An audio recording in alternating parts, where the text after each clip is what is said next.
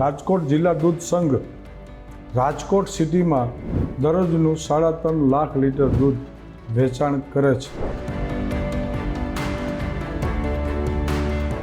मंजिल मिले ना मिले वो तो मुकद्दर की बात है, लेकिन हम कोशिश ना करें वो तो गलत बात है. ગોરધનભાઈ ધામલિયા અમારી સાથે જોડાયા છે. તેઓ રાજકોટ દૂધ ઉત્પાદક મંડળના પ્રમુખ છે અને અમૂલમાં પણ વાઇસ ચેરમેન તરીકે પોતે જવાબદારી છે નિભાવી રહ્યા છે. નીતિ સારી ને સાતત્વ સાથે ને એટલે હંમેશા કાંટાળો માર્ગ હોય. ગોરધનભાઈના જીવનમાં પણ એવો કાંટાળો માર્ગ રહ્યો હશે, સંઘર્ષ રહ્યા હશે. શું છે સંઘર્ષ? ઘણી બધી સંઘર્ષમય જીવનમાં સચ્ચાઈને પકડવી, સચ્ચાઈને સાબિત કરવા માટે સંઘર્ષ કરવો જોઈએ. સહકારી ક્ષેત્ર આખું અલગ થયું, મંત્રાલય આખું અલગ બન્યું અને અમિતભાઈ શાહ છે એ કેન્દ્રમાં એના મંત્રી છે. એનો લાભ તમને લાગે છે કે મળી રહ્યો છે? ત્યારે સહકારી ક્ષેત્ર નોખું પડ્યું અને મંત્રાલય જુદું થઈ અને અમિતભાઈ શાહ સાહેબ આવ્યા, એને જોયું કે પશુપાલકોને ડાયરેક્ટ પૈસા આપવાની જરૂર છે. સાહેબ, જે ભેળસેળવાળું આવતું હતું મેં સાંભળ્યું છે કે ઘણી બધી એવી મંડળીઓ હતી કે તેમાં તેલ, પાવડર કે અલગ અલગ વસ્તુઓ વાપરી અને એ ભેળસેળ કરીને ડેરીમાં જમા કરાવતા હતા. અમને જીસી મશીન માન્ય મુખ્યમંત્રીએ આપ્યા, 8 જગ્યાએ અમે જીસી મશીન મૂક્યા. જીસી મશીન વસ્તુ એવી છે કે 30 સેકન્ડમાં 18 જાતની ભેળસેળ હોય પકડીને દઈ દે. આપના નેતૃત્વમાં ગોપાલ ડેરીને અહીંયા સુધી પહોંચાડી છે, આગળ ક્યાં લઈ ગઈ છે? मंजिल मिले ना मिले वो तो मुकद्दर की बात है, लेकिन हम कोशिश ना करें वो तो गलत बात है. કહેવાનો તાત્પર્ય એવો છે કે અમારા ગેસ્ટ આજે એ છે કે એક સ્કૂલની અંદર એ વખતે એક ક્લાસરૂમમાં લીડર તરીકે જેમણે ભૂમિકા ભજવી હતી, આજે તેઓ રાજકોટ દૂધ ઉત્પાદક મંડળના પ્રમુખ છે અને અમૂલમાં પણ વાઇસ ચેરમેન તરીકે પોતે જવાબદારી છે નિભાવી રહ્યા છે. એટલે એ પણ કહી શકાય કે નિરંતર પ્રયાસ કરતા રહેશો તો સફળતાના માર્ગ છે એ આપોઆપ ખુલવાના છે. અને એમના પ્રમુખ બન્યા પછી ઘણા બધા એવા ફેરફાર થયા છે કે જેથી કરી લોકોના ઘરે આજે શુદ્ધ અને ચોખ્ખું દૂધ પણ મળી રહ્યું છે. સાહેબ, ગોરધનભાઈ ધામલિયા અમારી સાથે જોડાયા છે. ખૂબ ખૂબ સ્વાગત છે ગુજરાત ફર્સ્ટ સ્ટુડિયો વિલના આજના અમારા કાર્યક્રમમાં. આભાર.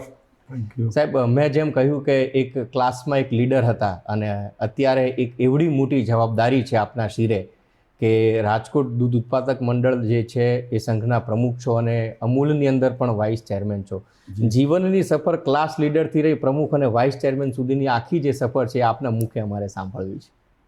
ના, સફળતા તો તમે મહેનત કરો તો સફળતા મળે જ છે અને સાચી રીતે મહેનત કરો તો સફળતા મળતી હોય છે.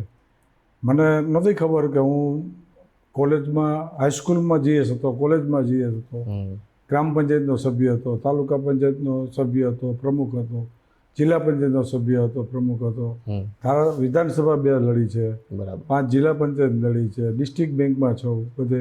તો એક પછી એક જે પદ મળતા આવ્યા છે એનું મુખ્ય કારણ એ છે કે એક તો બિનસ્વાર્થ રીતે તાકાતથી કામ કરવું, કોઈ સાચી વાત લોકો વચ્ચે રાખવી, કોઈનાથી બીવું નહીં અને સાચી વાત હોય એ લઈને આગળ વધો. તો હું એમ માનું છું કોઈ પણ ડિગ્રી હોય કે કોઈ પણ પદ હોય, ચાહે મુખ્યમંત્રીનું પદ કેમ નથી હોતું, એને પણ હાંસલ કરી શકો.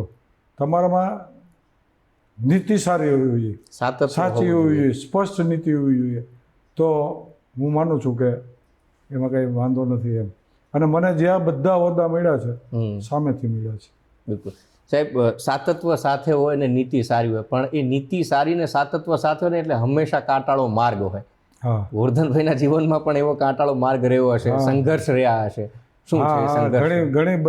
ઘણી બધી સંઘર્ષમય જીવનમાં ઘણી બધી ધમકીઓ, ઘણી બધી ખૂન ખરાબાની વાતો, લડાઈઓ, મારામારીઓ બધું થયું છે, કર્યું છે, થયું છે બધું.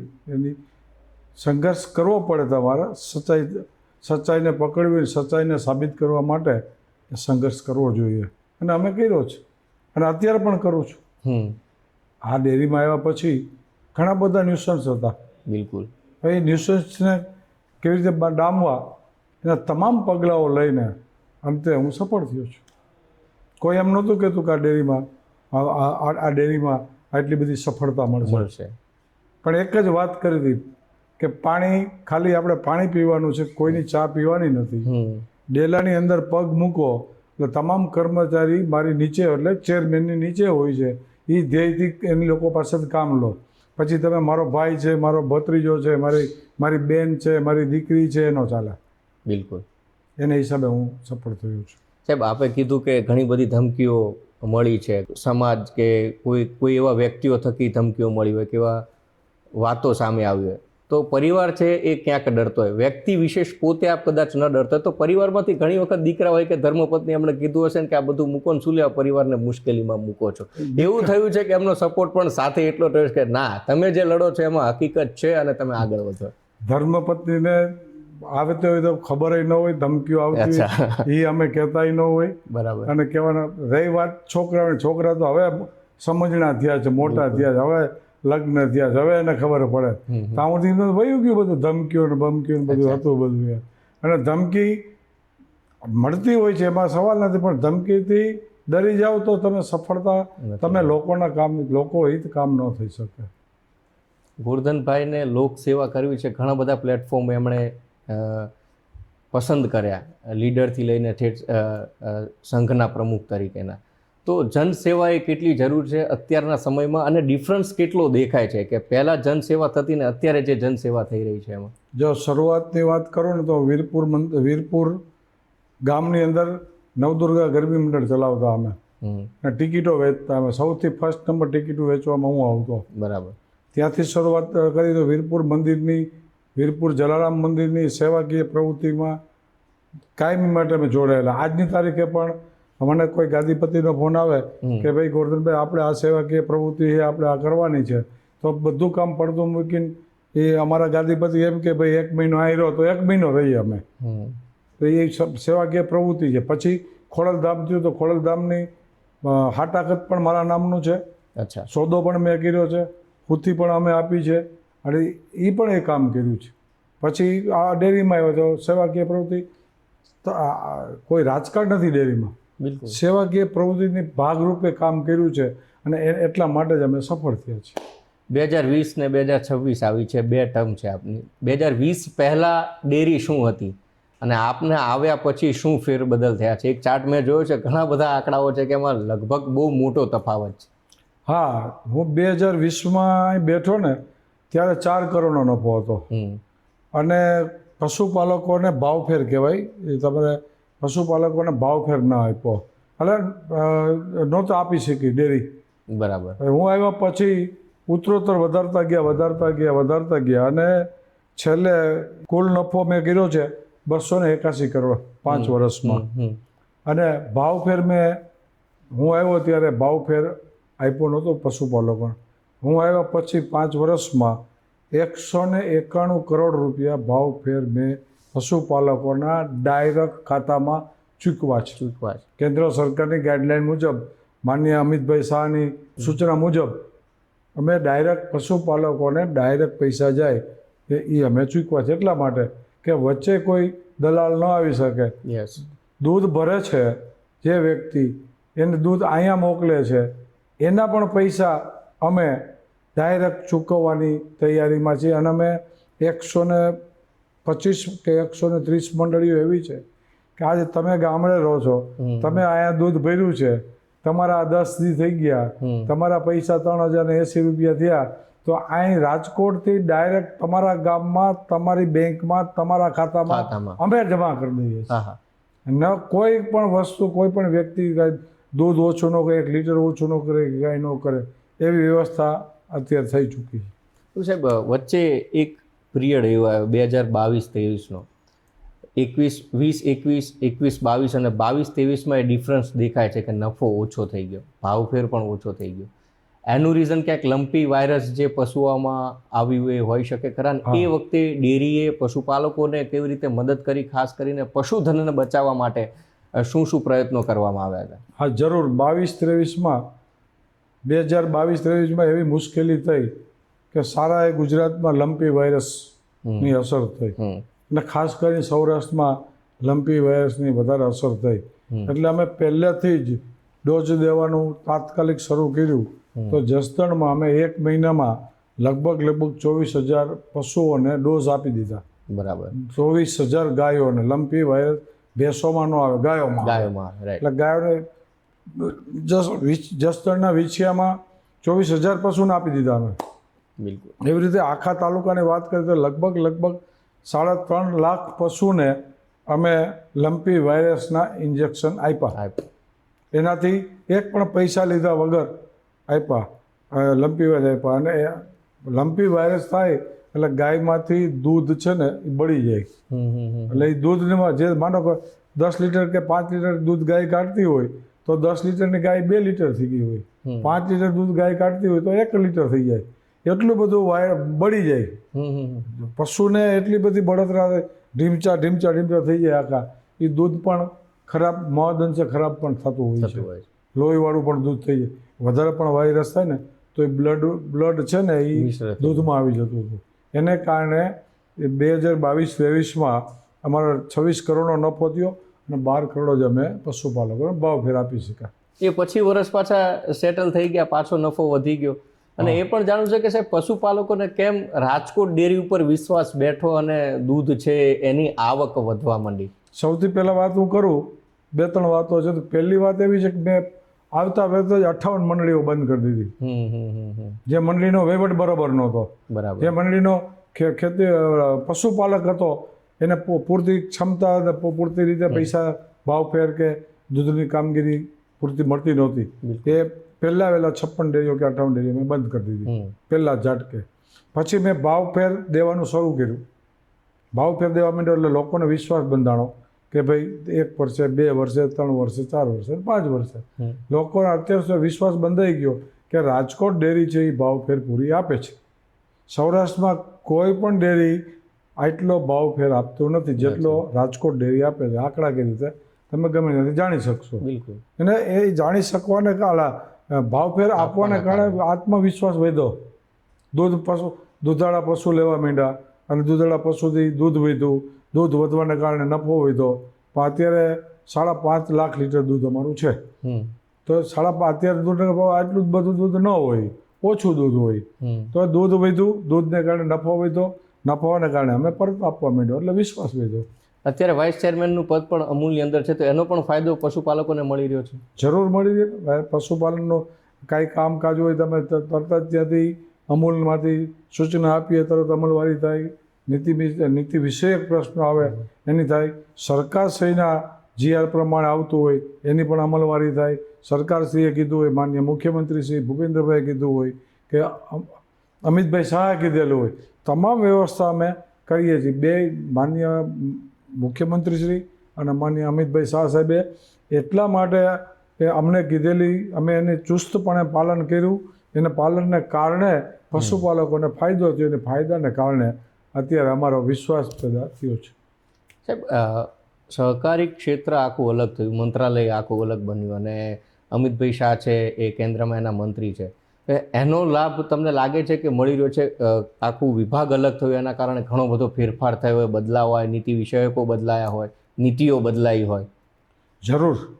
આખા દેશમાં જ્યારે સહકારી ક્ષેત્ર નોખું પડ્યું અને મંત્રાલય જુદું થઈ અને અમિતભાઈ શાહ સાહેબ આવ્યા ત્યારથી એને સૌથી પહેલાં એ નક્કી કર્યું કે પશુપાલકોને શું મળે છે, કેવી રીતે મળે છે. એને જોયું કે પશુપાલકોને ડાયરેક્ટ પૈસા આપવાની જરૂર છે. પશુપાલકોને એના ખાતામાં ડાયરેક્ટ પૈસા આપો, કોઈ વચ્ચે કોઈ સંસ્થા નહીં. રાજકોટ દૂધને દૂધ ભર્યું છે અને રાજકોટ દૂધ સંઘને, તો રાજકોટ દૂધ સંઘ ડાયરેક્ટ પશુપાલકોને પૈસા આપે. પહેલું વિઝન અમિત શાહનું આ.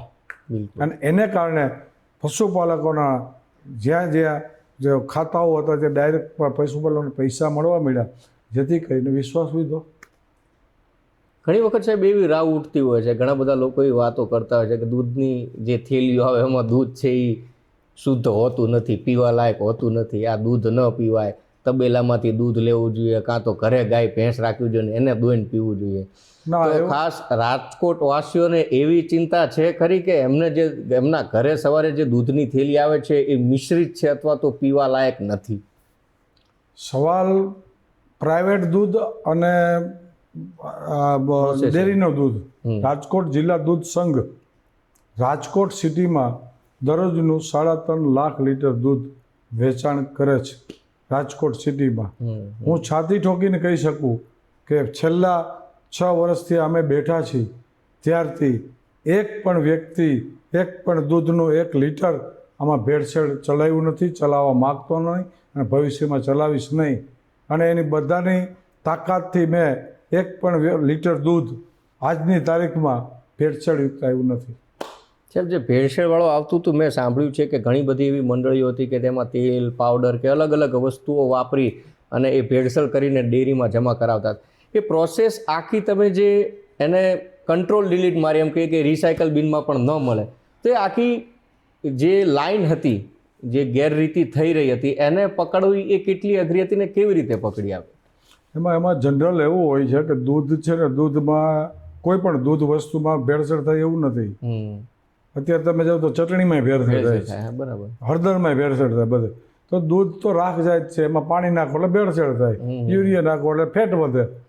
એવા લોકો, અમુક લોકોના એવા મગજ હોય છે, એવા વિચારો હોય છે કે ભેળસેળ નાખી અને માનો 1 લીટર દૂધ હોય એને 1.5 લીટર કરવું, એવું ભેળસેળ કરીને લોકોને આપવું અને પૈસા કમાવાની ખરાબ વૃત્તિ કહેવાય એને ભેળસેળ કહેવાય. તો એ ભેળસેળ કેમ અટકાવવું, અમે સતત જે જીસી મશીન માનનીય મુખ્યમંત્રીશ્રીને સૂચના આપી, અમને જીસી મશીન માનનીય મુખ્યમંત્રીએ આપ્યા. 8 જગ્યાએ અમે જીસી મશીન મૂક્યા. જીસી મશીન વસ્તુ એવી છે કે 30 સેકન્ડમાં 18 જાતની ભેળસેળ હોય પકડીને દઈ દે. એટલે દાખલા તરીકે તમે દૂધ લઈને આવ્યા, મંડળીથી દૂધ લઈને અહીંયા આવતું હોય અમારું, બધું ચેક થાય, હું તમને બતાવીશ. એ ચેક થાય ને ત્યાં દૂધ આવે ને અમારે, આ ભેળસેળવાળું દૂધ છે એટલે એ પરત દૂધ વયું જાય, અંદર ન આવે. ઘણી જગ્યાએ તમે જોયું હશે કે હમણાં એક જગ્યાએ દૂધ પકડાણું, જેતપુર તાલુકાની ઉપરના ભાગમાં, અને પકડાણું ને એ બધું થયું, પણ એને આજે જ્યાં સુધી તમે એ એમ કહેતા હતા કે સાબર ડેરીમાં જાય છે, પણ સાબર ડેરીમાં તો પહોંચ્યું નથી. બરાબર. એક બીજી તમને મહત્વની વાત કહું કે અમારે ત્યાં ટેન્કર આવે છે, અમારે લગભગ 100-125 જેટલા ટેન્કરો આવતા હોય છે, કેનમાંય દૂધ આવતું હોય. હવે દૂધ અહીંયા આવીને અમારા ગેટની અંદર ઘરે ત્યારે અમે ચેક કરીએ છીએ. એ ગેટની અંદર ઘરી જાય તે પછી અમે ચેક કરતા હોઈએ છીએ. હવે ગેટની અંદર ઘરી ગયા કોઈ હલ્લાબોલ કરીને આવે કે દૂધ ચેક કરો, દૂધ ચેક કરીને ભેળસેળવાળું દૂધ નીકળે, તો એમાં રાજકોટ દૂધ સંઘ જવાબદાર નથી. રાજકોટ દૂધ સંઘે એને ચેક કર્યા પછી એના ટાંકામાં દૂધ નાખ્યું હોય તો જવાબદાર છે, નથી. દાખલા તરીકે મેં એક વખત સીપીને ફરિયાદ કરી, અહીંયા સીપીને પણ પોલીસ કમિશનરને ફરિયાદ કરી અને મ્યુનિસિપલ કમિશનરને ફરિયાદ કરી. મેં કીધું રાજકોટની આજુબાજુમાં 10-12 રસ્તાઓ એવા છે કે જ્યાંથી દૂધ ભેળસેળવાળું આવે છે, એને તમે ચેક કરો, જીસી મશીનમાં ચેક કરો અને જુઓ. તો એને રાજકોટે એને ચેક કરી, તો એ સારું કહેવાય મારા માટે કે ચેક કરી. તો 15 ટેન્કર મારા ચેક કર્યા, નીલ નીકળ્યું, કાંઈ ન આવ્યું. બરાબર. તો મારું અત્યારે તાકાતથી હું એમ કહી શકું કે રાજકોટ વાસીને મેં આવ્યા પછી ચોખ્ખું દૂધ આપ્યું છે, આપવાનો છું ને ભવિષ્યમાં આપતો રહીશ. અત્યારે મારી ચેલેન્જ પણ છે કે એક પણ દૂધની થેલીમાં ભેળસેળ બતાવી દે. અમારી દૂધની થેલી તો પડી જ હોય છે, તમે પણ ચેક કરી શકો છો. તમે દૂધની થેલી કાપીને કહ્યું કે ભાઈ ચેક કરો, તો અહીંયા ચેક થઈ કે અહીંની તો ઘણી બધી લેબોરેટરી ત્યાં ચેક કરી શકો એમ છે. લોકોને ખબર નથી કે દૂધ કેવી રીતે ક્યાંથી સારું આવે, ક્યાંથી ખરાબ આવે છે. ઘણી જગ્યાએ તમે ભેળસેળવાળું દૂધ આવે તો તમે અત્યારે મિષ્ટાન જોવો ને, તમે ઘી જોવો, તમે અમારું ઘી 670 કે 60માં દઈએ છીએ, પ્યોર ગાયનું ઘી. તમે લેબોરેટરી ચેક કરવાની છૂટ, પણ લોકો અમારે પ્રાઇવેટમાં ઘી લે છે ને એ એમ કહે છે આ 1200નો કિલો, આ 1800નો કિલો, આ 800નો કિલો. અમારી ગોપાલ ડેરીનું ઘી છે, એની કોથળીઓ કાપીને ડબ્બા કાપીને ઘી વેચે છે. અમારો 660નું કિલો ઘી, એ જ ઘી 1800માં, 2000માં, 1600માં રાજકોટમાં વેચાય છે. આપણું જ ઘી કાપીને પછી વેચે, એનું માર્કેટિંગ કરીને લોકો વેચે છે. પણ લોકોએ ડાયરેક્ટ અહીં આવવું જોઈએ, લોકોએ જોવું જોઈએ. અમારે એના માટેની વ્યવસ્થા એ કરી છે, અમે બસ મૂકીએ છીએ. માનો તમે જ્યાં રહ્યો છો બેડી પર અમારો છો તો બેડી પર અમારે 60 બહેનોને જોવા આવવું છે ડેરી, તો અમે એની નાસ્તાની વ્યવસ્થા, ચા પાણીની વ્યવસ્થાની, જમવાની વ્યવસ્થા કરી 3 કલાક ડેરી જોવો તો ખબર પડે કે ડેરીમાં ઘી ક્યાં બને છે, ઓલું ક્યાં બને છે, એ વ્યવસ્થા પણ છે અમારી પાસે. સાહેબ આ બધા આંદોલનો જ્યારે કર્યા હશે તમે કે ભેળસેળવાળું દૂધ છે આને બંધ કરવું જોઈએ, આપ આવે પહેલાંની વાત છે, એ આંદોલનોનો સમય કેવો હતો અને કેમ એ આંદોલનો કરવાની એ ફરજ ઊભી થઈ હતી? જે તે વખતે આંદોલન થતા હતા પણ ગેટની બહાર થતા હતા, અહીંયા કોઈ અંદર આવતા નહોતા. અંદર આવવાની આ રાજકોટ ડેરી નહીં પણ ડેરી કોઈ પણ ડેરી હોય ને એની મનાઈ હોય છે. ડેરીની અંદર સીધું તમે આવી શકતા નથી. ડેરી જે પ્રોહિબિટ એરિયા છે, બધાને આવવાની મનાઈ હોય છે. કોઈ આવતું ન હોય ત્યાં. કોઈ આવીને માનો તમે આવ્યા છો, તમારી પાસે પિચકારી, ઝેરની પિચકારી ભરી છે, તમે જોવા તમને અમે ડેરી જોવા લઈ જઈએ છીએ, અમારે ત્યાં દૂધ ને પડ્યું, તમે પિચકારીમાં આમ નાખી દો ઝેર, હા એ તો હજારો લોકો બગડી જાય ને. એટલે પ્રોહિબિટેડ એરિયા છે. ઓકે, જે તે કોઈ જઈ શકે લઈ ન શકે એમ. બિલકુલ. બીજું સાહેબ એક વસ્તુ એવી છે કે ઘણા બધાને એવું હોય છે કે ભાઈ ડેરીમાં બધું દૂધ ભેગું થાય, ઘેટાનું, બકરાનું, ગાયનું, ભેંસનું, ઊંટનું, અને એ દૂધ પ્રોસેસ થઈ એનો પાવડર બને, પાછી ફેટ નક્કી થાય ને પાછું એનું દૂધ બનાવીને ઘરે મોકલી દે. આ વાત હકીકત ખરી કે અલગ દૂધ થતું હોય? બકરા અને ગાડર એટલે ઘેટા અને ઊંટ ત્રણ દૂધ એલાઉડ નથી. ઓકે, એ દૂધ અહીંયા આવે ને એટલે ખ્યાલ આવી જાય બકરાનું દૂધ છે, એ ખ્યાલ આવી જાય આ ઘેટાનું દૂધ છે, એટલે ક્યાંય એલાઉડ નથી. એ દૂધ ત્યાંથી જ ફેલ થઈ જાય અને ગામડેથી જ દૂધ પાછું આવી જાય. દૂધ બકરાનું કે ઘેટાનું અહીંયા આવતું જ નથી. બિલકુલ. તો બીજા બધા પશુઓના મતલબ ગાય ભેંસનું દૂધ ભેગું થઈને આવે એવું હોય ખરું? હા, ગાય ભેંસનું દૂધ ભેગું થઈ શકે, પણ આપણી રાજકોટ ડેરીમાં ગાયનું દૂધ અલગ અને ભેંસનું દૂધ અલગ, બેયના ભાગ પાડ્યા હોય. ગાયના દૂધનું કેન છે ને એમાં લાલ અક્ષર લખ્યું હોય કે આ વીરપુર જલારામ મંડળી છે દૂધ મંડળી, એનું દૂધ છે. અને ભેંસનું દૂધ હોય ને એમાં કાળા અક્ષર લખ્યું હોય. બરાબર. ગાય હોય છે લાલ, એટલે ભેંસ હોય છે કાળી. એ કેનમાં કાળા અક્ષરે ભેંસ લખ્યું હોય અને લખ્યું હોય ભેંસ અને વીરપુર. ઓકે, એટલે દૂધ અમારું અહીંયા નોખું જ રહે છે. તમને પ્યોર ગાયનું ઘી અહીં મળે છે. બરાબર. પ્યોર ગાયનું ઘી અહીં તમને ચેલેન્જથી કહી શકું કે રાજકોટ ગોપાલ ડેરીમાં પ્યોર ગાયનું ઘી મળે છે. અને પ્યોર ગાયનું ઘી વાપરવાવાળા, માતાજીના દીવા કરવાવાળા અહીંથી ઘી લઈ જાય છે. મારા ઘરે પણ ગોપાલનું જ ઘી વપરાય માતાજીને દીવા કરવા માટે. સાહેબ બીજું એ કે આગળ હવે વિઝન શું છે ગોપાલ ડેરીનું? આપના નેતૃત્વમાં ગોપાલ ડેરીને અહીંયા સુધી પહોંચાડી છે, આગળ ક્યાં લઈ જવી છે?